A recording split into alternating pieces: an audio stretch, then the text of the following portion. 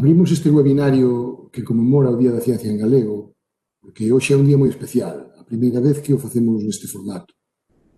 En primeiro lugar, quixera agradecer a todos os centros participantes, 87 nada menos, que temos comentados este webinario, e aproximadamente 5.000 persoas, 5.000 membros do alumnado, profesorado e demais persoal destes centros docentes.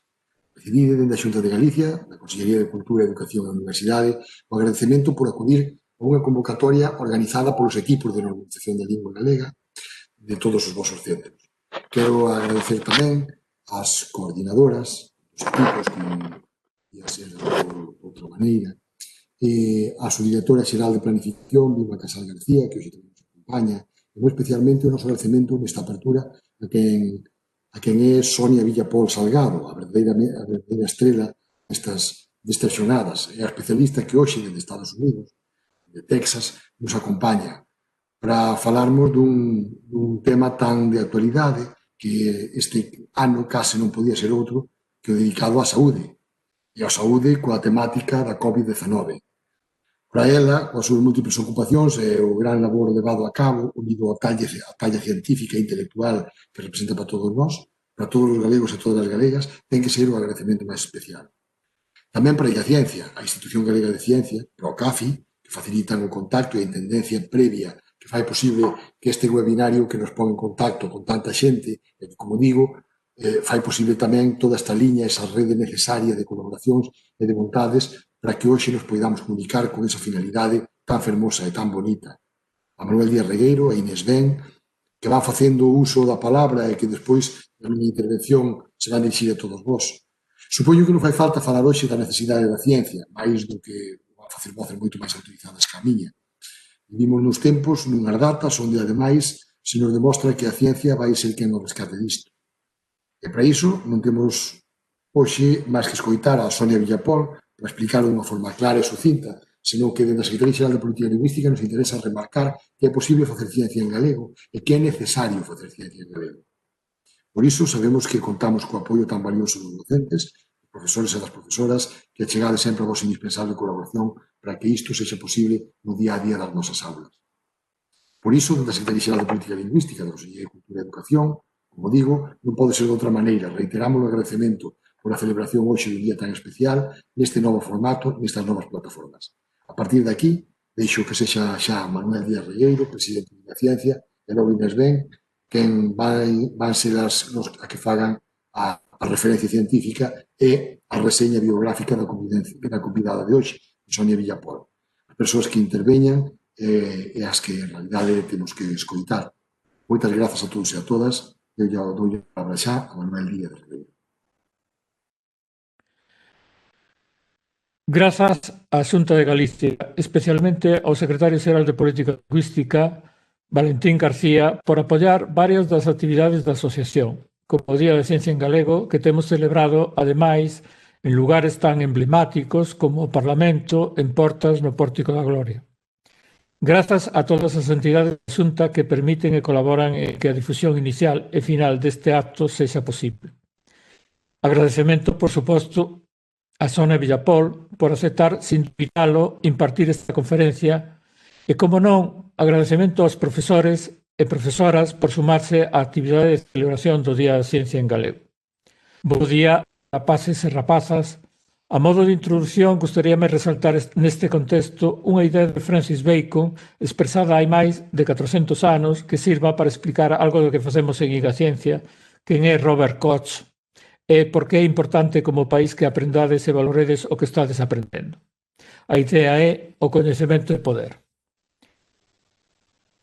É o de John Snow, un médico de Londres que estudaba unha epidemia de cólera no mesmo Londres. A historia en detalle vola poden contar os vosos profesores. Naquel tempo non se sabía nin como nin por que se originaba a enfermidade, polo que todo era un misterio. Pois ben, ese médico colleu un mapa de Londres e foi poñendo unha marca en cada vivenda dun infectado. Nese momento, o veu claro.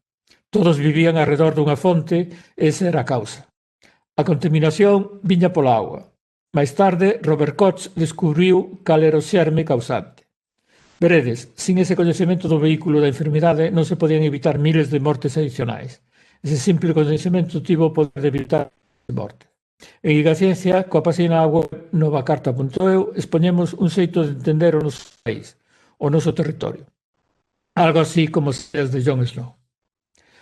Aplicado ao tema que nos ocupa, seguindo con esta idea, Bacon dixo: non se vence a natureza máis que obedecéndoa. O que Sonia traduce moi ben no título da conferencia. A ciencia nos rescatará da pandemia. Tal como nos vai contar, canto mellor entendamos como funciona o virus, mellor poderemos vencelo. Está claro que hoxe chegaredes a conclusións salientables sobre a importancia da ciencia. Para finalizar, invitar os centros a participar nas videoconferencias do ano que ven, en calquera momento no sistema de videoconferencias que tamén é vos. Lembremos que, como decía McLuhan, o medio é a mensaxe. Estamos iniciando unha canle de comunicación galega nova, rica e de futuro. Un medio novo, por tanto, unha mensaxe nova para a cultura galega. Paso a palabra a Inés Ben, secretaria de Ciencia. Bueno, é para nós un privilexio contar con Sonia Villapol para a celebración do Día da Ciencia en galego. É a persoa que reúne todas as características que podíamos desexar. Ten un currículo excelente, unha visión do tema que nos ocupa desde múltiples perspectivas, e ela contarános algunhas cuestións sobre a súa trayectoria, pero queremos destacar especialmente que traballou como investigadora en París, en Maryland, foi profesora en Georgetown, en Washington. Está desenvolvendo o seu labor como científica no Centro Médico de Texas, en Houston, e forma parte do equipo de investigación internacional da COVID-19. Os seus campos de investigación son a neurociencia e a flora intestinal, a microbiota. Que relación teñen estes campos coa COVID? Seguro que ela vos lo vai mostrar magistralmente. Pero ademais temos a seguridade de que, ademais de avanzar hoxe no coñecemento científico, axudarános a valorar os riscos desta pandemia e o que é máis importante, a tomar decisións en consecuencia para a nosa vida cotiá. Ademais de saber, é unha espléndida divulgadora. Por enriba é galega. Como saberedes, naceu en Bretoña, na Pastoriza, estudou en Meira, en Santiago, e é muller. Sabíades que a maior parte dos grupos de investigación está formado por grandes investigadoras? En España a ciencia é feminina. Esperamos que vos anime a todas e todos a mergullarvos no mar da ciencia. Agora, unhas indicacións respecto ao desenvolvemento da sesión. Sonia quere compartir con nós tanto do que sabe que imos ter a conferencia ata as da tarde, da 1 ás 2. E xa vai empezar a hora que xa é un minuto. E entón as preguntas que nos foron chegando vía correo electrónico xa se incorporou ela as súas respostas nas diapositivas e ao longo da súa intervención as irá respondendo.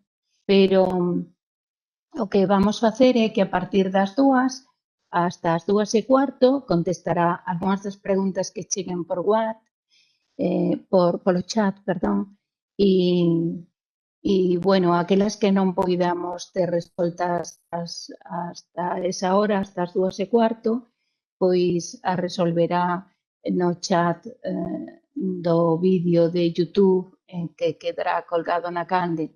Entón, todas as preguntas terán resposta. Intentade que non sexan moi repetitivas, porque sodes moitos centros, moitas aulas, porque aínda que son 87 centros, aulas son moitas máis. Entonces, rogaríamos eso, que puxerades un pouquiño breve e unha pregunta que vosotros queredes trasladarlle a Sonia. E nada máis, eu que vos rogaría, como vamos facer nosotros, é sacar a imaxe para poder ver a Sonia, ampliadas as súas diapositivas, e eu agora cerrarei, oiredesme despois para facer as preguntas, pero pecharei o micrófono e a pantalla, como vos rogo que fagades a todos os centros tamén. E nada máis, encantada de compartir con vos este Día da Ciencia en galego, esta celebración, y vamos a poñernos a aprender a partir de ahora. Sonia, moitísimas gracias pola túa colaboración. Vedes ben a presentación, sí? Sí, sí. Moi ben. Pois ben, xa sabéis que o título da charla é Só a ciencia nos librará da pandemia, nos rescatará ben, é o tema, non? É o tema de hoxe en día e espero que darvos unha perspectiva un poquinho rápida, non moi profunda en algúns temas, polo tanto, como ben dixo Inés, non dubidedes en ou mandarme un correo ou responder ou mandarme as preguntas despois pola canle de YouTube. Pois deixádeme presentarme un pouquiño antes, pois como ben comentou Inés, eu son de Bretoña, aquí no Concello da Pastoriza, na Terra Chá, e fun a este colexio de aquí, que é o colexio público de Bretoña, e despois fun ao Instituto de Meira, no Pedregal de Irimia. Pero despois desto, dende logo empecé a carreira en Santiago de Compostela, molecular. Sí, podedes mutar os micrófonos así. Ben, aquí xa, este foi o meu primeiro laboratorio. Quero mostraros aquí en dúas diapositivas, máis que nada, un pouco para que me coñezades a miña traxectoria, non? Este foi o meu laboratorio na Facultade de Medicina, no Departamento de Fisioloxía. Despois fixen a tese doutoral en Neurociencias e un máster en Barcelona, na Autónoma, e despois tocoume a etapa postdoutoral, que a fixen en París, estiven ali uns anos na Universidade Pierre e Marie Curie, pois no Hospital Robert Debré, que tamén é un centro de investigación ali. E xa fai 10 anos que vivo aquí nos Estados Unidos. Primeiro empecé a traballar nos Institutos Nacionais de Saúde, en Bethesda, en Maryland, tamén na Uniforme Service University, que é unha universidade militar, moi pretiño do NIH, e despois pasei 4 anos traballando na Georgetown University, que é no Departamento de Neurociencias como profesora neurocientífica. Pero fai 2 anos, pois decidimos vir aquí, a Houston, no estado de Texas, e traballo aquí no que vedes no Centro Médico Mirande do Mundo, que é o Centro Médico do Texas Medical Center, non? Todos estes edificios que vedes aquí son centros de investigación, hospitais e universidades. Este edificio que vedes aquí é o meu donde traballo. Aquí fixe unha amplificación para que vexades como é un instituto de investigación que está vencellando a un hospital. E aquí arriba, no piso número 10, está a miña oficina, ben se nota que teño a bandeira. Pois, como vedes, hai que estudiar un pouco, pero máis que nada hai que ter a capacidade de cambiar de sitios para ir aumentando no teu currículum. É unha etapa formativa, ten distintas fases, pero tamén, como ben debuxou aquí nesta viñeta Kiko da Silva, pois por fin atopei financiamento para a miña investigación, non? Pois é eso, moitas veces cando cambiei de institución ou de universidade foi para buscar mellores oportunidades para financiar os meus proxectos. Pero ben, aquí xa non acabouse a falar de min, agora toca o tema que toca, e como ben sabedes, esta é unha fotografía do coronavirus. Estareis moi cansas de escoitar falar do coronavirus, pero ben, é certo que, como ben sabeis, outros profesionais da saúde e os sanitarios están aínda máis cansos, non? A parte de moitos deles que faleceron e outros que si infectaron, pero estes datos son bastante apoballadores, non? O 80% dos sanitarios sufre estrés e o 40% teñen un cansancio emocional. Por tanto, hai que seguir investigando, hai que saber, hai que coñecer o virus, hai que saber manexalo con tratamentos ou con vacinas, e para o final temos que aprender a controlarlo. Como sabedes, o SARS-CoV denominarse o síndrome respiratorio agudo do coronavirus 2, ten orixe zoonótica, non? É unha zoonose que se orixinou nos morcegos de ferradura, e que sufriu unha mutación e pasouse a unha especie intermediaria antes de chegar á xente. Sabemos que sí, por favor, se podedes fixar os micrófonos. así non hai veciña. Pois non sabemos exactamente cal é a especie intermediaria, pero pode que o pangolín sexa unha delas, porque viuse que o xenoma do virus ten un 96% de similitude. Ben, este é unha familia dos coronavirus que se o SARS-2 non é a primeira vez que pasa, non? Isto xa como vedes hai moitas máis zoonosis que pasaron dos morcegos ou outro tipo de animal que o virus mutou a unha especie intermediaria e despois conseguiu infectar a xente. Por exemplo, se ben sabedes que o SARS-2 que aconteceu no 2002, pois tamén se conseguiu pasar aos humanos ou o MERS que aconteceu no 2014. E ben, como ben sabedes, este o SARS-2 foi a primeira vez identificado na provincia de Wuhan, en China, en decembro do 2019, daí ben o nome a COVID-19, e orixinou esta pandemia a nivel mundial, convertíndose nunha emerxencia sanitaria de alta importancia. Non? Esta foto fixena fai unhas horas, estes son os datos que temos na actualidade, como vedes hai 54.000 infeccións, non? Contaxios, e máis de 1.300.000 mortos. Estes son uns datos moi impresionantes, depende por países, van variando, pero ben, estamos a uns niveis bastante exagerados, non? Para considerar que isto é unha gran crise da saúde. Non? Isto xa o víamos en marzo, non? Xa sabíamos que este virus non era como a gripe, xa había bastantes incidencias en canto aos virus, non? Se vemos as características do virus da gripe, o número reproductivo, pensábase que era, e de feito é moito máis baixo co do SARS-2, co da COVID, tamén algo moi importante para que nos fixo pensar que era moi distinto é o período de incubación, non? Que na gripe é de 1 a 4 días, e na COVID ven de 2 ou 4 a 14 días. E dende logo, non? A taxa de hospitalización xa se veu que o da COVID supera moitísimo.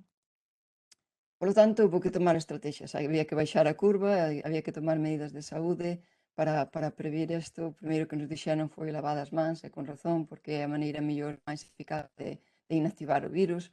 Como vedes, esas proteínas de espiga co xabón desaparecen, e así o virus non pode infectar as células. Non? A parte tamén se fixeron ordes de distancia física, prohibidas as reunións públicas, pasamos ás fases de confinamento e ata o final que curva se baixou, cando a capacidade do sistema de saúde pois non só foi sobrepasada e pudemos controlar. Foi daquela xa en marzo que aquí en Houston empezamos a falar algúns científicos entre nós a ver como podíamos afrontar esta enfermedade descoñecida, que podíamos aportar. Empezamos a reunirnos dunhas cantas institucións da NASA, da Rice University ou de Baylor, e despois xa se uniron moitísimas máis, non só en Estados Unidos, tamén en todo o mundo. E creamos esta asociación, este consorcio que é o Equipo Internacional de Investigación da COVID. Organizamos varias conferencias, a primeira foi en abril do 17, e a segunda xa foi en xullo, e aquí tivemos a oportunidade de invitar os científicos máis relevantes da COVID que están traballando ben nas vacinas ou ben en tratamentos do plasma ou ben ou mesmo en medidas na transmisión. Fomos bastante afortunados a organizar este simposio que viuse en todo o mundo e tivo moi boa acollida. E ben, como sabedes, este virus ten unha secuencia xenética do virus que se secuenciou xa en xaneiro en China, e agora sabemos que hai como 3 cepas primordiais que se empezaron a expandir, non? Que en distintas rexións con distintas mutacións, digamos. O ser un virus viral, obviamente, muta. Un virus de ARN, perdón. Este foi o primeiro traballo que publicamos como resultado neste consorcio, e descubrimos que os patróns de polimorfismos de un só nucleótido variaban. Isto é dicir que cada vez que se transmite o virus existen pequenas variantes que cambian, e ben, isto é moi importante para coñecer os datos, como funciona a transmisión ou como o virus pode variar e mutar para poder controlar o mellor.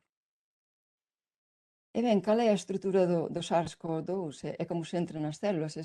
Vou vos dar uns cantos puntos de vista un pouco xerais, pero para que teñáis unha idea os que non nos seipais, pois o o virus ten esta especie de morfoloxía de coroa, por se chama coroavirus, e ten estas membranas, estas proteínas da membrana, que é o que ben chamamos espiga, e se miramos dentro, temos un núcleos da cápside, temos unha membrana, unha envoltura, e principalmente dentro temos o ARN, o xenoma viral.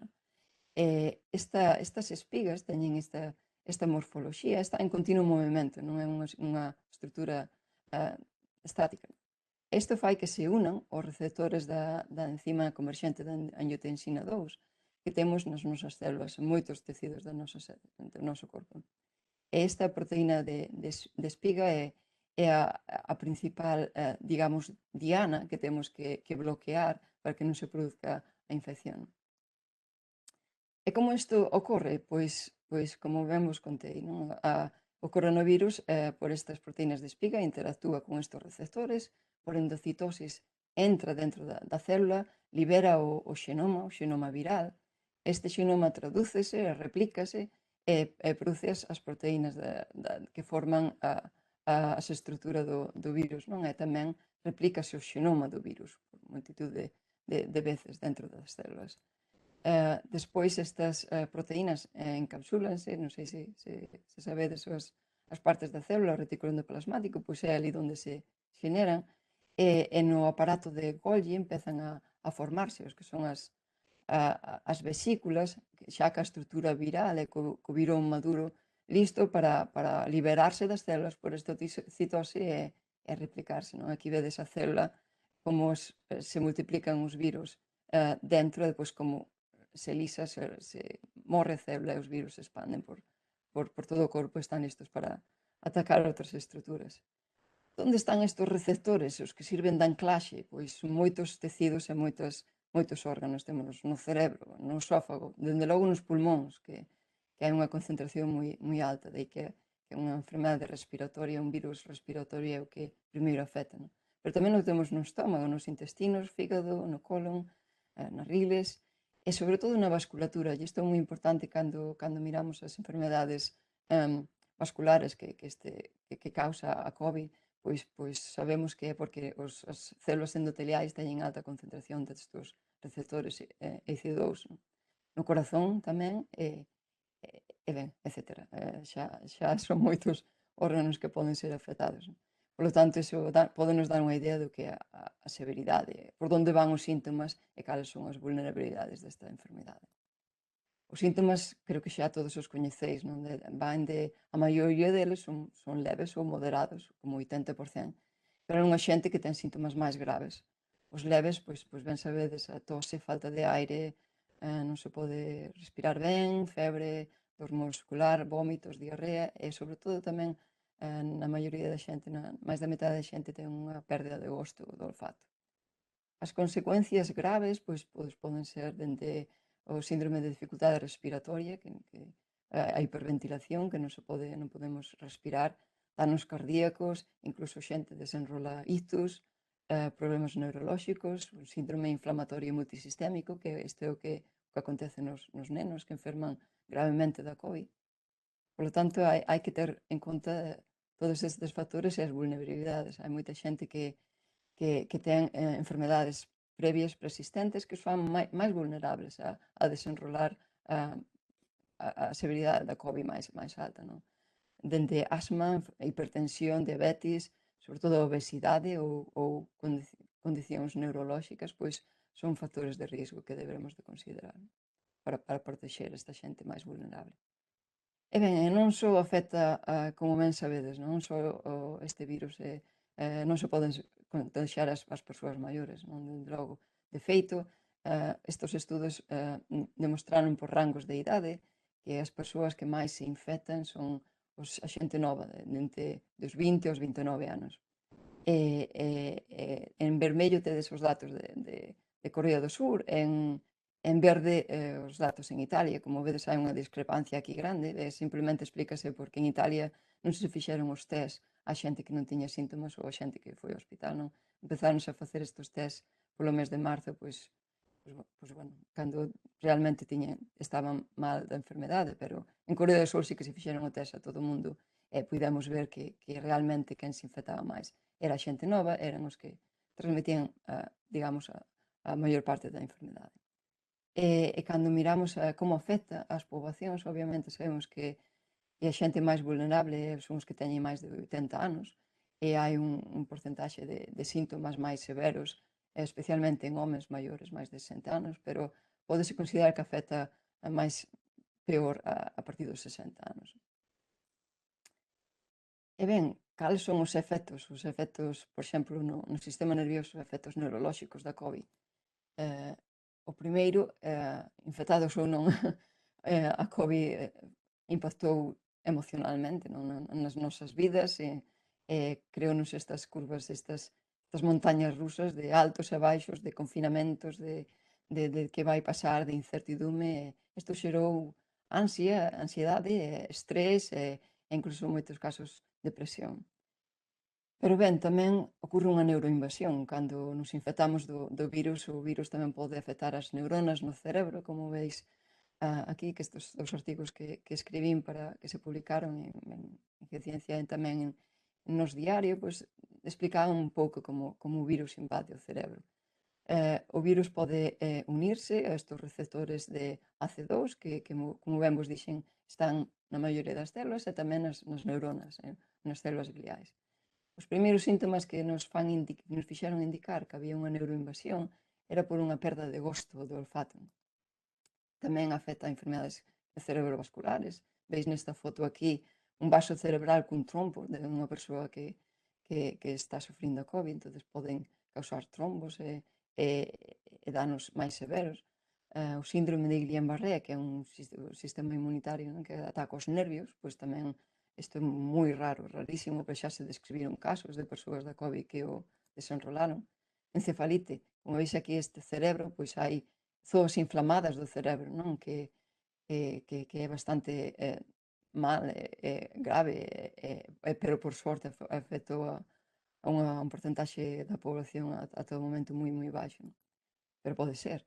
Enfermedades neuroxenerativas, observouse unha pérdida de mielina nalgúns pacientes, cambios na estrutura no cerebro, e o que non sabemos moi ben é como isto vai repercutir a longo prazo, pero bueno, por outras enfermedades virais tamén podemos predicilo, non? Trastornos da conciencia. Estes son os maiores estudios e o que están salindo agora, e a xente recuperada da COVID, pois, que ten problemas cognitivos meses despois. Non se poden enfocar nas actividades que están facendo, durante o período de hospitalización sufriron delirios ou psicosis, e todos estes consideranse problemas neurolóxicos. Se os poñemos todos xuntos, dende os máis leves aos máis graves, estamos falando de un 40 ou un 60% das persoas hospitalizadas da COVID sufriron un tipo de problemas neurolóxicos. Estes son os traballos que tamén evidencian que o virus atravesa os capilares. Este é un vaso sanguíneo no cerebro, e como veis aquí nestas puntiñas, isto é a proteína da espiga, que os explicaba antes, pois como se marca e como se detectou dentro do cerebro. Estes son fotos dos cerebros das autopsias dos pacientes que faleceron da COVID. E viuse que había unha neuroinvasión. E máis aquí, estas son na corteza cerebral, isto que veis aquí é unha neurona, e en marrón está teñido o que é a espiga do virus, é dicir, que había invasión do virus nas neuronas. E isto é unha das patoloxías que aconteceu, todas estas partículas do virus pois xeraron o que eran estas zonas isquémicas, se chaman, que sería o que cando desenrolamos un ictus. Tamén pode causar Alzheimer. Isto é unha hipótesis que non está moi descabellada, porque sabemos que esta inflamación crónica, e sabémoslo por outras enfermedades virais, pode aumentar o risco de desenrolar patoloxías neurodegenerativas, porque hai unha inflamación que pode aumentar que haxa máis placas amiloides no cerebro, que é o que causan este tipo de demencia. Flora intestinal tamén é moi importante, é unha das líneas de investigación que levamos a cabo no meu laboratorio aquí en Houston, e porque empezamos a pensar que podría ser interesante miralo, foi porque sabedes que nas fases da COVID hai unha fase de infección que é unha disfunción intestinal en máis da metade dos pacientes. Ten problemas de dor abdominal, vómitos, todo tipo de problemas gastrointestinais. Incluso anorexia, en algúns casos. E nesta fase temperá hai unha alta carga viral, pero non temos problemas respiratorios, polo tanto, moita xente non sabe realmente se ten a COVID ou se infectou do COVID ou de outra cousa. Polo tanto, os primeiros síntomas eran síntomas gastrointestinais. Despois, na fase tardía, os síntomas gastrointestinais remeten e aparece a hiperventilación, a tose, a febre e todos os síntomas máis relacionados, máis comuns que a COVID.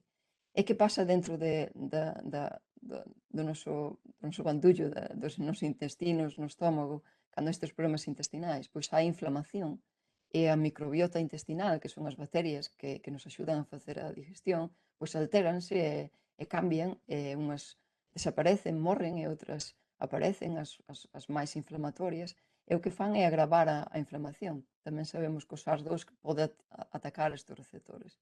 Por lo tanto, é un foco interesante para tratamentos e outros temas. Foi esta a meirante razón de que despois publiquei este artigo e empecé a analizar que foi feito ata o momento en relación á flora intestinal e apareceron uns traballos que decían que o 60% dos infectados tiñan estes problemas intestinais, estes levaban a cambios na flora bacteriana. Foi esta razón que empezamos a analizar isto nos pacientes da COVID que temos aquí no meu hospital e tamén en colaboración con outros hospitais, por exemplo, temos unha colaboración cun hospital en Argentina e o que tratamos de mirar é facer un estudo de se analizando a flora bacteriana en todas as fases da COVID, podemos predecir a severidade da COVID. E máis, se tratamos a flora intestinal, é dicir, se repoñemos as bacterias que son perxudiciais e as cambiamos por bacterias boas, pois podemos reducir a inflamación unha vez xa infectados. Pois son dúas hipótesis que estamos traballando nelas e estamos tendo resultados bastante positivos a ver o que nos leva. Pero polo momento o que podemos facer é alimentarnos ben. Unha dieta rica en probióticos axuda as bacterias boas, as bacterias que nos reforzan o sistema inmune, como son os bifidobacterium ou os lactobacillus, e tamén as vitaminas A, D, C, todas as vitaminas, os ácidos grasos, omega 3, todos estes axudan a unha resposta antiinflamatoria. Pois no caso de infectarse, pois a severidade da COVID podería ser se temos unha flora intestinal e unha dieta sana, que axuda a aumentar a diversidade. Dadevos de conta, este sí que é un dato verídico, non? Que o 80% dos pacientes que precisaron hospitalización para COVID, pois tiñan deficiencias de vitamina D. Por lo tanto, é moi importante, agora máis que nunca, comer sano.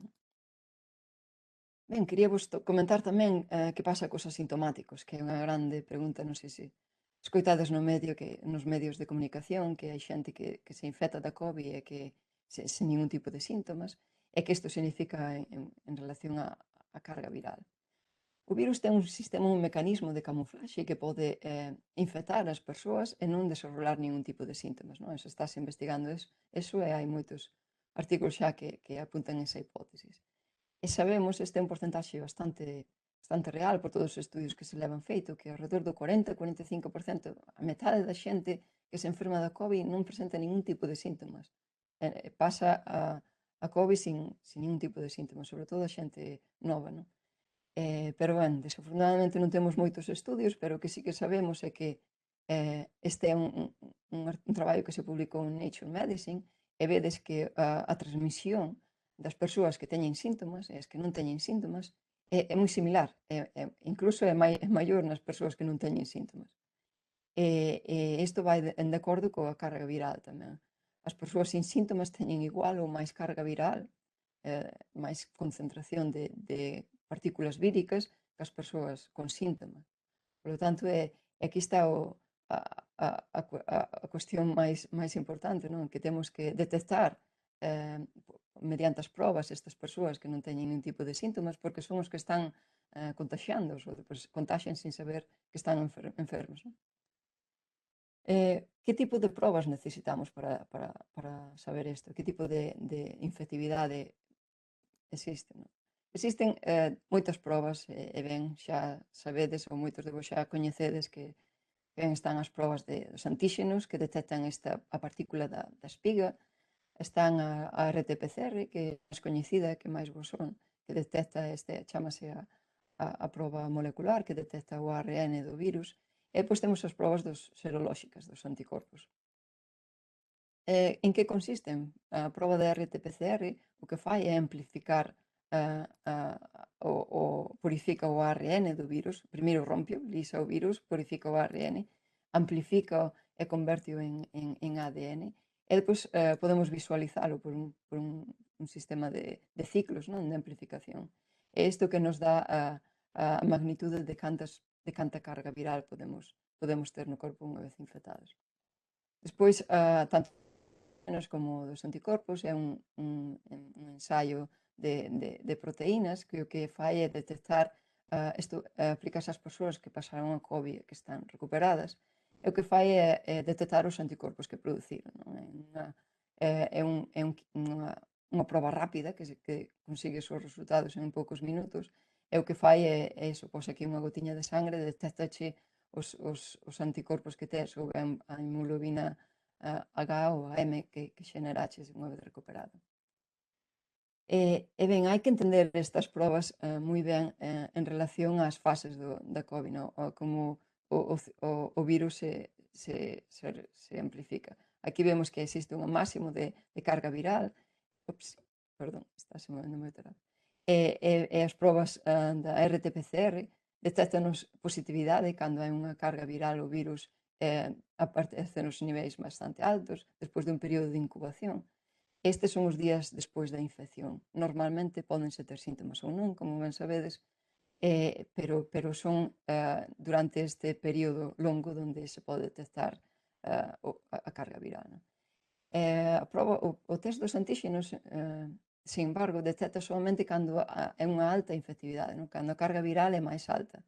E despois temos o test dos anticorpos que non detecta nada cando estamos moi infecciosos, pero detéctanos cando estamos producindo inmunidade, é dicir, os anticorpos M e depois os G, que é o que nos dá a inmunidade máis persistente, non? Que pode durar dende os 4 ou 6 meses, polo que sabemos ata de agora. Polo tanto, vedes que é un período longo e hai que entender que probas estamos facendo dependendo de cando supostamente nos expoñemos ao virus e nos infectamos, cantos días durou o período de infectividade e os síntomas tamén é outra referencia para ter en conta. E aquí é importante interpretar os resultados de distintas maneiras, non? Pero temos que ter en conta que existen persoas infectadas que está ben identificalas, obviamente, pero o que sería máis importante é identificar as persoas que son infecciosas, é dicir, as persoas que poden transmitir. E estes son persoas que ou non teñen síntomas ou teñen metade. Entón, isto é o que debemos de resaltar, son este tipo de probas, non? Son probas rápidas, que pode ser ou ben unha mostra nasal na nariz ou na saliva, detecta unha alta carga viral, é dicir, no período de alta infectividade, cando estás máis contagioso, e son probas moi baratas. Aquí nos Estados Unidos, por exemplo, estánse vendendo por menos dun euro, non? É o que se debera de ter. A PCR é moi útil porque é moi sensible, non é unha proba moi sensible, pero o que pasa é que pode detectar o virus cando xa non estás infeccioso, pero sigue che dando positivo, ou cando xusto antes de estar máis infeccioso. E non podemos saber cando estamos detectando este nivel ou este nivel. Por lo tanto, é unha proba un poquinho para mirala con lupa e interpretar a fase na que estamos en combinación con outras probas. Sabemos que é unha proba máis cara, sabemos que tarda máis tempo e é máis incómodo, non, para sacar a mostra, porque é na nasofarinxe, entonces é un poquinho máis complicado. Polo tanto, penso que nos próximos meses o futuro serán este tipo de probas, non? As probas rápidas e frecuentes para facer na casa. Aquí nos Estados Unidos este é un anuncio na tele, como vedes que venden os test da saliva para a PCR nos supermercados, non? Podes ali e compralo e lévalo para casa e tes os resultados. Pois hai outros test máis baratos e máis rápidos, pero este, por exemplo, que vedes aquí é un test de tiras de papel que cambia de cor se eres infeccioso é o que seguramente nos axudará realmente a controlar a transmisión. Por lo tanto, é o que comentábamos, non? Se todo o mundo tiver estas probas rápidas para o profesorado, esperamos que as empresas que as están fabricando pois poidan ter a aprobación e distribuílas a toda a xente, pois isto axudaría moitísimo a controlar a transmisión, porque estaríamos detectando ao momento, non? As probas frecuentes e rápidas, a xente que realmente está infecciosa e non o sabe. Pero, bueno, todo chegará. O que íamos falar agora tamén algo de moi importante que quizás é o máis importante desta presentación, que é os modos de transmisión, como o virus se transmite. Xa escoitastes moito desto seguro, pero ben, non sobra recordar que os contactos estreitos é o modo máis dominante de que se transmite o virus. As partículas sabeis que quedan no aire, as partículas virais, durante uns minutos ou horas, pois hai no que ter en conta. As superficies tamén son outra vía de transmisión, e tamén o contacto cas mostras dos pacientes, mostras de sangre, etc., que podemos estar en contacto e podemos nos infectar. Pero hai que evaluar todo isto dentro da óptica, dentro dos riscos. Os riscos varían do tipo e da duración a exposición, os riscos tamén atópanse nos fogares, por exemplo, ou nos traballos, ou reunións sociais, onde se xunta moita xente. E ben, a transmisión, os primeiros estudos que temos xa dende abril, falábanos que os aerosois eran unha importante fonte de transmisión. Neste artigo, como veis, analizaron o SARS-2 da COVID-19 e o SARS-1, que era do outro coronavirus, non? O anterior do 2014. E para os dous, os aerosois era un dos factores máis importantes no que o virus era viable e se transmitían, e que podía durar ata 3 horas no aire. No cobre, por exemplo, que era superficies, pois disminuía ás 8 horas, no cartón aos 2 días, no acero inoxidable aos 72 horas, ou no plástico aos 3 días. Hoxe en día temos máis estudios, este é un traballo de abril, pero hoxe temos máis estudios, e o que podemos dicir é que as superficies non son tan importantes para a transmisión, pero obviamente axudan, e xa se demostrou que lavar as mans representa un 16% de reducción no risco de transmisión. Pero indudablemente queda máis dun 80% de transmisión que probablemente seña pola transmisión aérea, non polos aerosois. Pois como funcionan esta transmisión? Temos varias teorías e isto é o que se estableceu categóricamente, xa está máis que aceptado que existen dous tipos de transmisión, ben polas gotas balísticas ou estas gotiñas que quedan suspendidas uns segundos no aire, pero despois caen ao chan, e despois quedan outras partículas ainda máis pequeniñas que poden pasar dos 6 metros e que son os chamados aerosois. Por lo tanto, sabemos que a transmisión por gotiñas son estas partículas que son maiores a 300 micras, pois coa distancia social, a distancia física é suficiente, chega para evitala. Entón, mantendo unha distancia, sabemos que estas gotiñas non van ser infecciosas se hai esta distancia social, pero os aerosois, por exemplo, é outro tipo de transmisión destas partículas ainda máis pequenas, menos de 100 micras, e que quedan en suspensión durante horas no aire. Por lo tanto, é o que representa o verdadeiro risco. Este artigo é moi interesante, publicou no País, seguramente que xa o vistedes, pero non podía deixar de poñelo, porque representa moi ben, é moi gráfico e representa moi ben o que pasa, o que acontece, non? Unha persoa infecciosa da COVID, sen máscara e calada durante determinado tempo pode desprender, como veis estes puntiños aquí naranxa, son partículas virais infecciosas, ata unha hora, esta concentración de partículas. Pero cando fala, esta concentración multiplícase por 10. E cando canta ou grita, estas partículas infecciosas multiplícanse por 50. E isto depende moito tamén do tempo, non? Depende de canto tempo esta persoa está falando, berrando ou calada. Por lo tanto, temos que considerar isto como un risco importante. E ben, isto non é novo. Hai xente que dedicou toda a súa vida a estudiar a transmisión dos virus respiratorios e tamén nos nenos, que sodes rapaces que transmitides os virus moi eficazmente por bueno, todas as enfermedades virais. E hai epidemiólogos e estudiosos, por exemplo, aquí temos o Dr. Milton na Universidade de Maryland, que o levan estudiando fai tempo, non? Sobre todo o virus da gripe.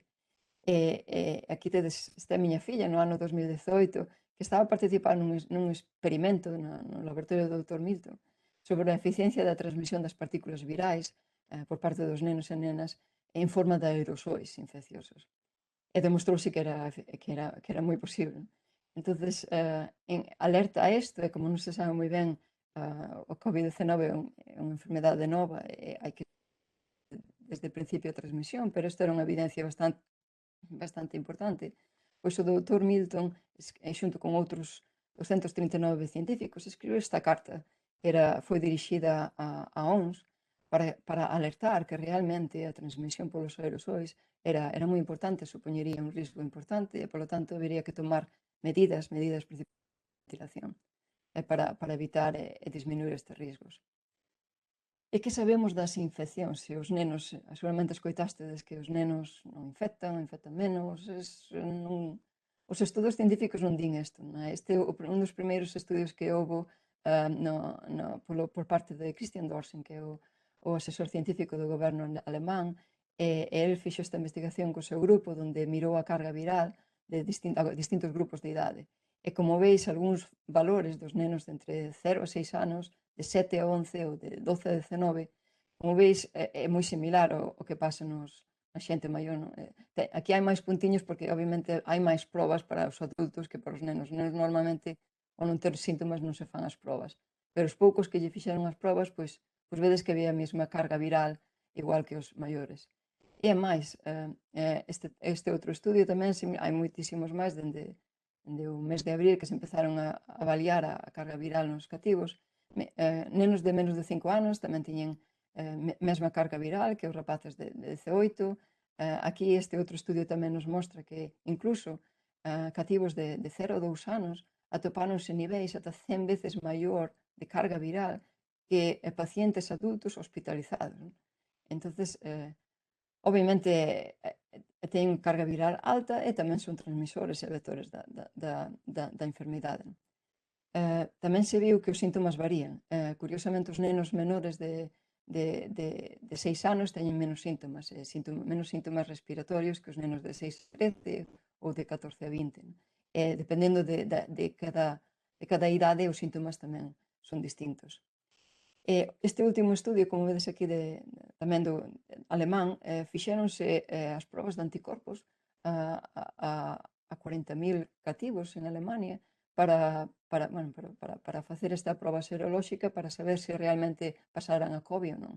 E sorprendentemente detectáronse ata 6 veces máis de cativos que se pasaran a COVID e que non foron detectados, que non se identificou que realmente que a pasaron, porque pasaron con síntomas leves ou sin síntomas.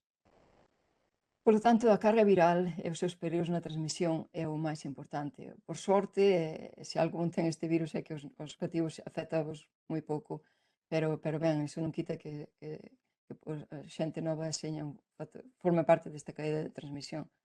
Por tanto, hai que tomar precaucións e o virus, dende logo, hai que ventilalo e hai que protexernos o mellor que poidamos. Que podemos facer?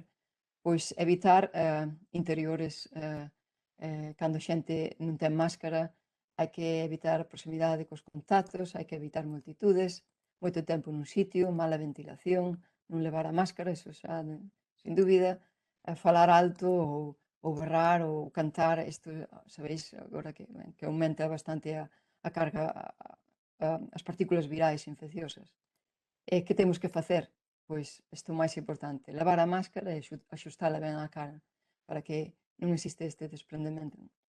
Despois hai que facer actividades o máximo posible fora, temos que mirar os sistemas de ventilación e limpar o aire, ou ben nas casas ou nos centros, usar sistemas de filtración ou ben os ultravioleta ou os filtros HEPA para saber se un interior está moi cargado ou pouco cargado, pois deberemos de medilo con usar estes medidores de CO2, tal como os expertos en transmisión de virus nos recomendan.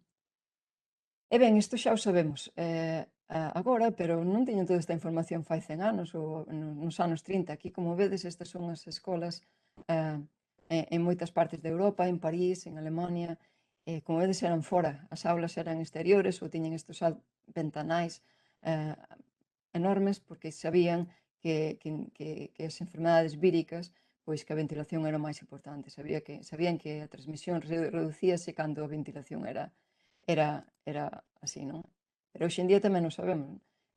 Xa vedes, estas son fotos que collín de escolas abertas en moitas partes do mundo. Aquí, este de aquí é aquí en Houston, está un campus universitario onde crearon estas aulas exteriores con sistemas de filtrado e para moi poucos alumnos, non? É o sustituto das aulas normais. Ben, as actividades que están facendo nas aulas no exteriores, esta foto, por exemplo, é do Colexio de Pastoriza no Instituto de Pastoriza na provincia de Lugo.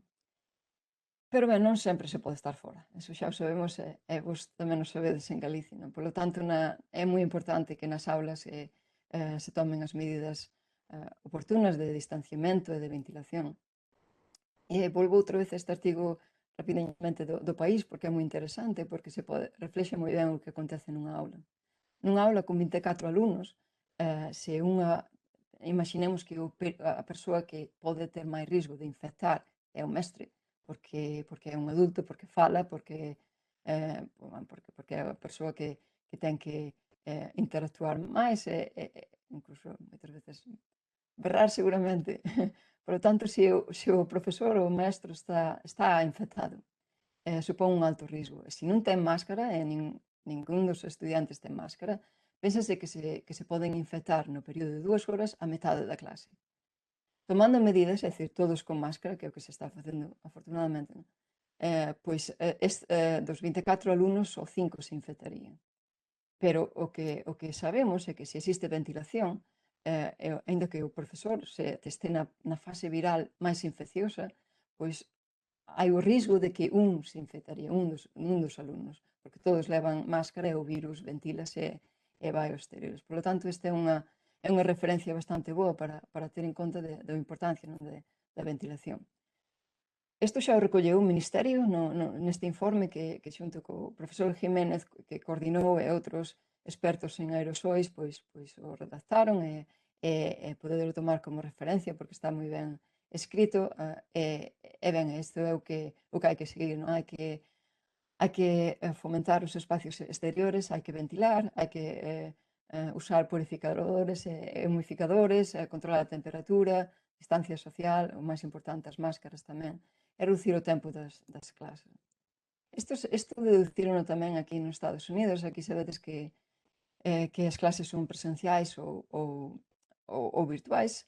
Isto determinouse por uns expertos en saúde pública, epidemiólogos e outros expertos en transmisión de virus, que diseñaron un protocolo que foi publicado pola Universidade por institutos de Harvard, que estableceu distintos niveis na hora da apertura das escolas. Nivel 4, que é o máis verde, cando a incidencia da comunitaria, é dicir, cando os riscos locais eran moi baixos. Neste caso, poderíase abrir as clases 100%. Nivel 3 o amarelo, cando a transmisión comunitaria era aumentaba un pouco, entón a capacidade das aulas tiña que reducirse ao 50%. Cando xa a transmisión comunitaria, os casos na comunidade eran xa bastante elevados, de 10 a 25 casos diarios, que isto xa é bastante alto, pois a capacidade nas aulas teria que ser o 25%. E como ben sabedes neste país, non de agora, pero non pola pandemia, senón antes tamén, os pais deciden se as clases dos seus fillos son presenciais ou virtuais a nivel legislativo. Ben, se as escolas se abren nestas condicións, ben o 50% ou 25%, hai que cumprir todas estas reglas. A máis importante é que as mestras, os mestres e os cativos que son vulnerables non poden ir ás clases presenciais. Esta é unha regla que era primordial. Despois, o que fan é tomar distintas alternativas, sistemas de filtrada, abren a ventilación, distancia social, higiene de mans, máscaras, etc. Todas as escolas que abren teñen que ser con estas características. Aquí, por exemplo, en Houston estamos neste nivel 3, están as escolas abertas ao 50%. E cando a transmisión comunitaria é moi alta, obviamente, hai que pechar, non se poden abrir. E ben, rapidiñamente quero vos falar das máscaras, non moito porque xa escoitasteis tanto. Isto xa foi no mes de marzo, xa sabíamos que os países que tiñan políticas mandatorias de usar as máscaras, pois tiñan a curva aumentaba, non? Era Estados Unidos, España, Inglaterra, ao principio que non era mandatorio, entón o pico elevouse. Os países que sí que recomendaban usar as máscaras, as mascarillas, pois a curva iba baixando. Isto é determinante para baixar a curva, por iso é tan importante que sigamos con este costume que remata. E cales? Esta é a gran pregunta que nos trae de cabeza, é complicado, pero ben, hai que valorar os riscos e hai que valorar onde estamos, se hai ventilación, se non hai ventilación, canta xente.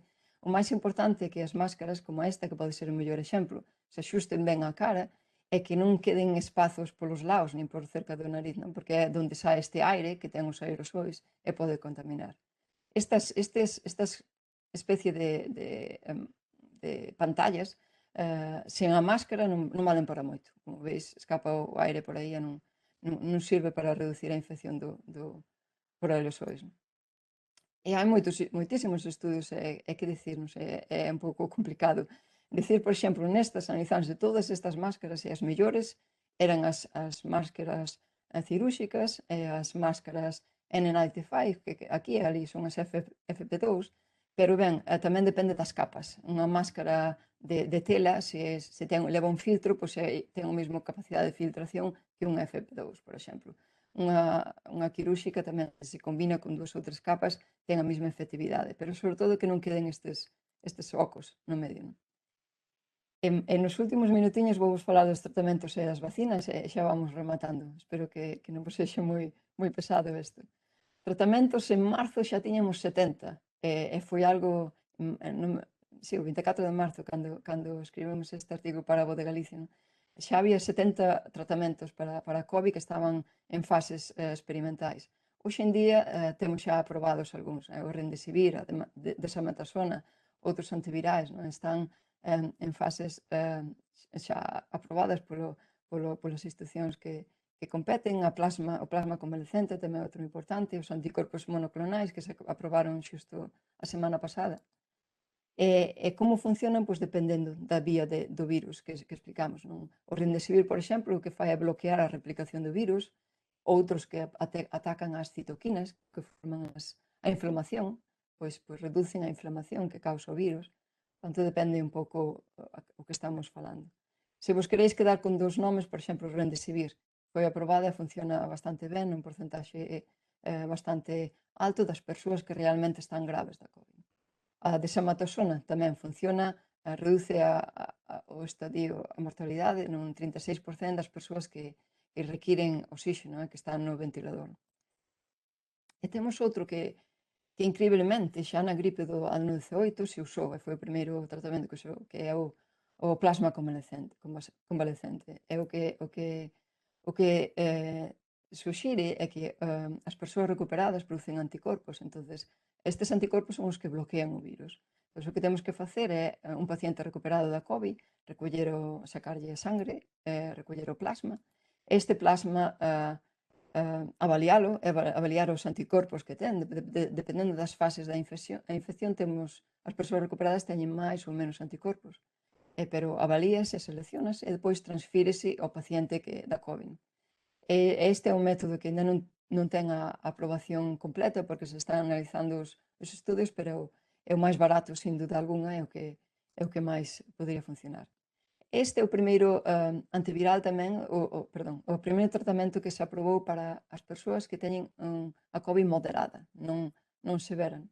Trátase dun tratamento de anticorpos monoclonais, o mesmo que fai o plasma, pero isto a nivel máis artificial. Vacinas, tamén de aquí vou pasar un poquinho rápido, pero como sabéis, as vacinas hai distintos tipos, xa seguramente todo isto xa vos lo explicaron nas clases, pero ben, hai O virus pódese atenuar, pódese inactivar, podemos usar as vacinas do ARN do virus para xerar as vacinas ou os vectores virais. Dependendo de cada tipo de estrategias no desenrolo das vacinas, pois as compañías farmacéuticas que están a desenvolvelas, pois declínanse por unhas ou por outras. Por exemplo, a de Oxford é a AstraZeneca, vai por esta, a de Moderna, por exemplo, elixiu as vacinas do tipo do ARN, ou outra, a Sinovac, que é a vacina china, pois decantouse polo virus inactivado. E como se fai unha vacina? Pois, primeiro hai que adaptalo, aislar o virus, adaptalo para a vacina, atenualo, inactivalo, descompoñelo, utilizar as pezas da espiga, por exemplo. Depois hai que diseñar por enxenería o medio, os vectores nos que se vai a transferir esta modificación do virus.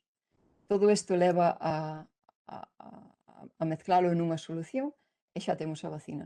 Pero esta vacina hai que testala. Primeiro hai que testala no laboratorio, en cultivos celulares, pois hai que mirar se tóxica, e por iso utilizamos animais de laboratorio, estas son as fases preclínicas, se chama, e hai que mirar tamén se crea inmunidade nestes animais. E pois temos as fases clínicas, que son nas que estamos agora, a fase clínica para mirar se a vacina é segura, a fase clínica 1, que son moi poucos participantes, a fase clínica 2 tamén mira a resposta inmune, e a dose, se a dose é correcta ou non. E daqui estamos falando de 100 a centos de participantes. E na fase clínica 3, que é a última, pois xa estamos falando de miles de participantes. Isto o que fai é alertarnos se hai algún risgo ou algún inconvinte, non? Pero basicamente analiza a seguridade desa infección. E finalmente a produción. Precisa ser aprobada por un control de calidade. E ben, estas son as vacinas que hai hoxe en día, que están a punto de sair na primavera, algunhas delas, como a de AstraZeneca ou a de Moderna, probablemente consigan a aprobación de emerxencia en decembro e empezarán a administrarse nas distintos grupos da poboación pola primavera, verán do ano que ven. Por tanto, as últimas noticias que saíron son moi boas, son máis eficaces do que pensamos, por lo tanto, hai que esperar que salgan todos os resultados para analizar en profundidade e dar a aprobación final. Se vemos esta imaxe de febreiro, cando a doutora María Bottazzi, que é unha investigadora que traballa xusto diante do meu laboratorio aquí en Houston, traballa no Baylor, pois acaba, isto era saía na televisión anunciando que ela tiña a vacina, a posible vacina para unha das vacinas para a COVID, pero que estaba no conxelador, estaba ali estancada dende fai anos e que necesitaba $3 millóns para crear a vacina, para empezar os estudios de toxicidade e todo. Pois ben, isto saiu na tele e, os 2 ou 3 días xa tiña os 3 millóns no laboratorio. Estas cousas pasan así en Texas. Hoxe en día a súa vacina é a que se vai administrar na India, non? Ten un acordo co goberno da India, é unha das vacinas máis baratas que hai e tamén está na fase 2, clínica 2, é unha das máis prometedoras. A doutora Isi tamén, que é Corbett, que a invitamos ao noso simposio, pois aquí está falando co famoso Anthony Fauci, o director do NIH, pois das fases iniciais da súa vacina en cultivos celulares, isto en marzo, e hoxe en día xa sabemos que esta vacina que está diseñando xa, hai os datos da fase clínica 3 que realmente aporta resposta inmune e resposta de anticorpos na xente maior, non? Entón, é dicir, de aquí a aquí só pasaron uns poucos meses. E ben, xa por último, quería, e non menos importante, quería comentarvos que é moi importante os efectos, os efectos da COVID, e non só os efectos durante a desenrolo da enfermedade, senón os efectos cando a xente, as secuelas que pode ter cando a xente está despois de recuperarse. As pegadas da COVID depois da enfermedade, realmente. Non que este xeñal artigo que se publicou nos diarios, pois explica moi ben e dá distintos puntos de vista. E son serias, é dicir, hai os síntomas e as secuelas que poden persistir nalgúns dos enfermos recuperados, poden durar meses, ben, pode ser unha fatiga a máis predominante, pode haber un dor de cabeza meses despois de sufrir a COVID recuperado, pode haber dende tose constante, estes son os distintos porcentaxes. Por lo tanto, temos que ter isto en conta, aplicar desenrolar tratamentos tamén para as persoas a este nivel. E non quería deixar sin comentar este estudo que é bastante sorprendente. A xente aquí nos Estados Unidos, sabéis que os xogadores de fútbol americano empezaron a liga fai un mes, e eles teñen que ter todos os tests e todos os chequeos, entón o que estaban encontrando é que moitos xogadores que padeceron a COVID, que pasaron a COVID sin síntomas, asintomáticos, pois atopáronse danos no pulmón despois de superala. Entón, isto é unha especie de alerta para pensar que indudablemente ainda xente nova e sen síntomas que meses despois poden desenrolar algún tipo de danos en uns órganos. Por lo tanto, hai que terlo en conta e hai que procurar a toda costa non infectarse. Entón, tamén sabemos que os que realmente foron hospitalizados e que o 70% teñen secuelas ou algún tipo de síntomas meses despois. E isto deu moito que falar e vai seguir dando que falar. Creo que é un tema que interesa porque hai que quitarnos da cabeza esta teoría da inmunidade de rebaño. E a pregunta final, cando volveremos á vida normal? O que temos que quitarnos da cabeza que isto non vai poder ser. A inmunidade de rebaño é dicir, veña, vamos infectarnos todos os que estamos ben e se xa somos inmunes e que máis dá? Pero non funciona porque dous sálvanse e morren o resto.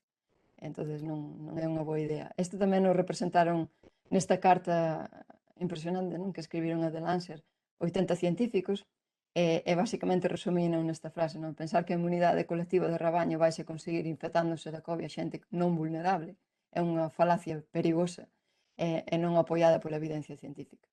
É como sabéis, por exemplo, 2 puntos. O 30% da poboación ten vulnerabilidades. Entón, estamos expoñendo a que o 30% da poboación desenrole patoloxías graves e severas da COVID. Outro punto importante, por exemplo, vai provocar confinamentos. Moita xente precisa ir ao hospital e o sistema hospitalario de saúde vai se colapsar outra vez. E ben, o máis importante é que controlando a transmisión comunitaria esta é a mellor maneira para protexer a saúde e a sociedade e ben, tamén, non menos importante, a economía. E xa para rematar, vedes esta foto de fai 100 anos, cando a gripe da pandemia do 1918 aconteceu. Estes son estudiantes de instituto tamén. Como vedes, as pancartas que tiñan eran bastante chamativas, wear a mask or go to jail, pon a máscara ou vas para a cárcel. E así eran detaxantes porque a pandemia da gripe do ano 18 causou 40 millóns de falecidos, durou 2 anos. E tamén era moi similar a un virus respiratorio que provocaba neumonía. A peste negra foi a pandemia número 1 e a da gripe, a gripe 18 considerase a segunda e a COVID a terceira pandemia en orde de importancia. Por lo tanto, cando sairemos desta? Pois a pandemia probablemente rematará unha vez que se distribuía unha vacina segura, eficaz a toda a poboación e probablemente mediremos esta duración desta pandemia en anos e non en meses. Por exemplo, 1 ano e medio, 2 anos, como mínimo. E ben, xa rematando, sinto moito que foi un pouco larga, pero ben, quería rematar dar as grazas, dar as grazas primeiro a todos os científicas e científicos que fixeron a ciencia que acabo de presentar. Moitos dos traballos que presentei foron feitos nos seus laboratorios, por iso, grazas á ciencia, principalmente, no que nos sacará nesta, porque enseñounos a conocer o virus, estános enseñando como manexalo, pero ben, principalmente gracias a vos e gracias a Ecociencia que me invitou a dar esta charla e ben, gracias a vos porque realmente sois vos os que ao final vades ter que controlalo. Así que poñamos todos a mellor actitude posible e ben, agora estou encantada de responder as vosas preguntas. Se algunha non entra, sabéis que podedes seguirme aquí no Twitter ou mandarme un correo ou toda esta información que acabo de explicar hoxe aquí podedes atopar nesta página web. Graciñas. Rematei. Aplaudís.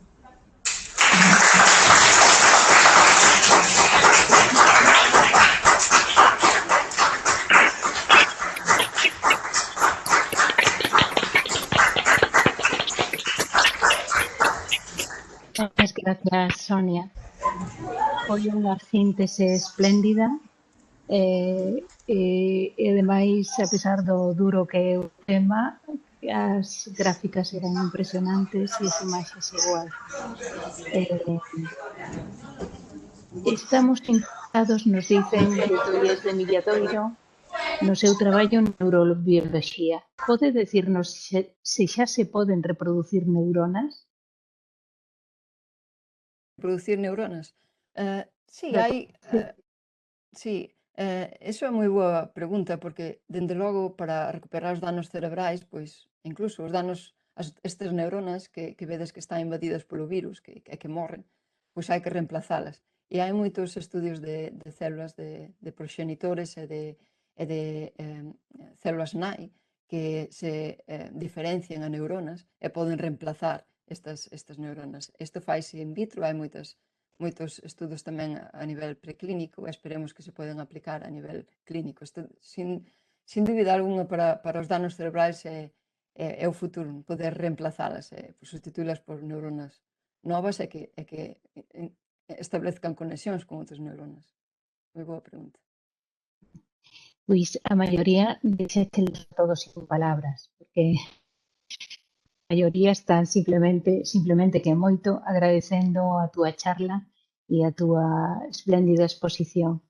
Coméntanos unha pregunta. Solles pido disculpas porque foi demasiado larga, pero ben, quería dar un toque de todo. Pregúntanos desde o IES de Meaño en Pontevedra a posible pérdida de memoria producida pola COVID-19 é permanente ou reversible? Iso é tamén moi boa pregunta. Hai o que os neurocientíficos neurólogos chamamos unha néboa cerebral, que este é un dos síntomas os secuelas das persoas que sofreron a COVID.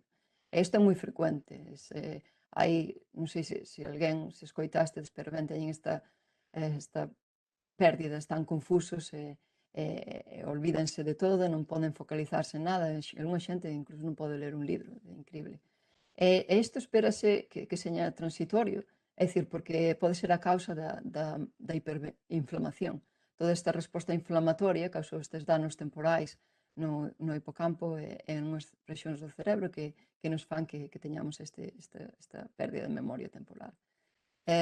Despois pode haber outras secuelas máis a nivel crónico, pero afectaría, por exemplo, a xente maior, a xente que sofre Alzheimer ou demencia, que xa se demostrou que a COVID agrava esta pérdida de memoria, acelera os procesos neurodegenerativos. Isto xa sería a nivel crónico, entonces, desafortunadamente non hai tratamentos ata agora para isto. Tamén temos curiosidade polo papel das células da glía. Sí, isto é moi interesante porque pensade, os receptores estes da COVID, os ACE2, pois están expresados no cerebro, pero principalmente nas células da glía e non nas neuronas. Por lo tanto, cando empezamos a pensar como isto se podería, como se o virus realmente afectaría o cerebro, pensando que atacaba as neuronas, pois non estamos moi preocupados, porque sabemos que a expresión destes receptores nas neuronas é moi baixa. E o que realmente afectan é as células da glía, os oligodendrocitos e os astrocitos, a microglía, que teñen máis concentración destes receptores. E, de feito, sí, afecta aumentando a inflamación no cerebro. Entón, o virus pode atacar máis as células gliais, xa se demostrou, xa se identificou nos cerebros dos falecidos e pode agravar a inflamación. Ou xa hai tratamentos para isto que se están experimentando, que é bloquear estes receptores nas células da glía e así reducir a inflamación. Oxalá os podamos ter dentro de pouco na clínica. Se unha muller está embarazada e ten COVID, o seu fillo sairá afectado? Sabe díalo? Sí, hai algúns estudos xa que bueno, na maioría dos casos o virus non infecta o cativo durante o embarazo, entón eso é moi boa, o feito durante o embarazo, eso é moi boa señal, non atravesa a placenta, pero ben, os casos que se deron de bebés coa COVID foi que se contagiaron logo despois no hospital, no nacer ou na casa. Sabedes que os nenos xa dixen que non afecta moito, por sorte, pero cando son bebés ou recén nacidos dos 0 ou 1 ano, os casos máis severos de infeccións da COVID foi neste rango de idade. Por lo tanto, é moi importante, non? Vamos, tomar todas as precaucións posibles co recén nacidos. Crees que o virus foi creado ou apareceu de xeito natural? As evidencias que temos é que foi produto dunha zoonose, non é o único virus e seguramente vai haber outro. Hai que facer máis investigación a nivel veterinario, a nivel de todas as especialidades científicas teñen que unirse en unha e evitar que isto aconteza. Existe algunha relación entre o virus e os grupos sanguíneos? Sí, esta é unha das vulnerabilidades que xa se analizou e viuse que, por exemplo, as persoas do grupo 0, aquí dicimos 0, en Estados Unidos dices grupo 0, imagino que é o Sí. ou 0, non? Pois que están máis protegidas. E as persoas do grupo A pois, son máis vulnerables, non? Canto a unha resposta inflamatoria.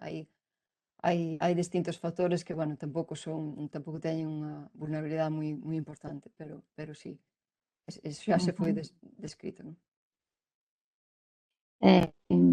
Bueno, isto non sei se preguntarche porque como é un campo no que estás metida a fondo, podes nos dar outra conferencia. Os seus últimos traballos coa flora intestinal está obtendo algunha relación entre esta e as enfermidades neurodegenerativas? Ben, non relacionado ca COVID, pero os outros datos que temos de a flora intestinal e enfermedades neurodegenerativas, indudablemente sí. A medida que nos facemos maiores, as nosas bacterias tamén envellecen. Son máis diversas e producen menos factores antiinflamatorios e esta é unha das maiores razóns porque os grupos que desenrolan peor, non? As persoas maiores pois teñen efectos peores, máis severos e graves da COVID e por unha destas razóns é que pensamos que teñen unha flora intestinal deteriorada. E hai incluso experimentos xa a nivel de laboratorio que consisten en reemplazar as persoas con Alzheimer, perdón, o que estamos facendo no laboratorio con animais. Entonces, pero pretendemos pasalo ás persoas no hospital que teñen Alzheimer ou demencia, non? Que sofren un tipo de infección. E o que facemos cos animais é pois, reemplazar toda a flora bacteriana dos animais que teñen mutacións e que son transgénicos para o Alzheimer e meterlle flora bacteriana de ratos, facemos con ratos de ratos novos. E o que encontramos é que hai unha reducción na neurodegeneración. É dicir, teñen maior memoria, teñen maior cognición e ralentizase completamente o proceso de Alzheimer. Esperemos que sexa unha das terapias no futuro que se poden aplicar en combinación con outras. Non é que estamos curando Alzheimer, senón que frenamos os procesos neurodegenerativos, modificando a flora bacteriana. Como están chegando tantas de repente non me dá tempo a clasificar, así que vou casi por orde. As cefaleas que producen a COVID poden ser crónicas? Depende do que consideremos crónicas, pero lamentablemente si representa como 30% das secuelas meses despois, estou dicindo de 4 ou 6 meses. Esta enfermedade empezou fai poucos meses, por tanto non sabemos que pode pasar despois, pero ben, sí, as cefaleas debido a esta neuroinvasión e a neuroinflamación no cerebro, pois é o que está predominando. Sobre todo débese porque como vos comentei, estes receptores de anclaxe do virus atópanse nas células endoteliais que están nos vasos sanguíneos e tamén no cerebro. Entonces, ao hincharse ou inflamarse, estes vasos sanguíneos producen estas cefaleas e que ven a causa desta hiperinflamación e ben, esperemos que se poidan apaliar nos próximos meses. Non temos datos máis adiante, non se sabe. Bueno, nos quedan 2 minutillos. Que intelixencia para unha neurobióloga? Hice demasiado para expresarlo así, de un minuto. Graciñas. Si, Bueno, outra vez repito que se queredes mandarme outra máis pregunta, imagino que a proxección en YouTube quedará aberta e ali xa podo entrar e respondervos as preguntas máis que teñades na canle de YouTube de Diga Ciencia e ben, se queréis outra pregunta, se tes outra pregunta un pouco máis extensa, pois podedes mandar un correo. E se precisades toda esta información que vos din, as publicacións e todo, pois podedes entrar á miña páxina web e aí teño todos os artigos científicos e todas as publicacións e todo o que vos acabo de presentar aquí. bueno, pues ahora están entrando. Moitas gracias pola vosa paciencia e espero que vos gustara un pouco. Moitísimas gracias. Foi un placer e bueno, ahora sí que entraron todas as preguntas a mogollón, o sea que quedanche deberes, pero hoxe sabede que se levantou ás 5 da mañá porque temos 7 horas de diferencia e que bueno, ten que estar xa agotadísima. Moitas gracias, Sonia. Empezando o día con enerxía. Moitas gracias. Moitos ánimos a todos, moita responsabilidade que ben sabeis que de vos depende de controlar o virus e ben, ánimos e esperemos que cando nos vexamos, pois, oxalá seña sen máscaras e volvamos á vida normal dentro de pouco, verdad? Ánimos e paciencia. Gracias tamén a todos os centros e a todos os alumnos que estuvo vendo todo o tempo e estuveran todos atentos sin pestañear. E nada, nos veremos o día 19 en próximas actividades con moitos de vos o día 30. Graciña.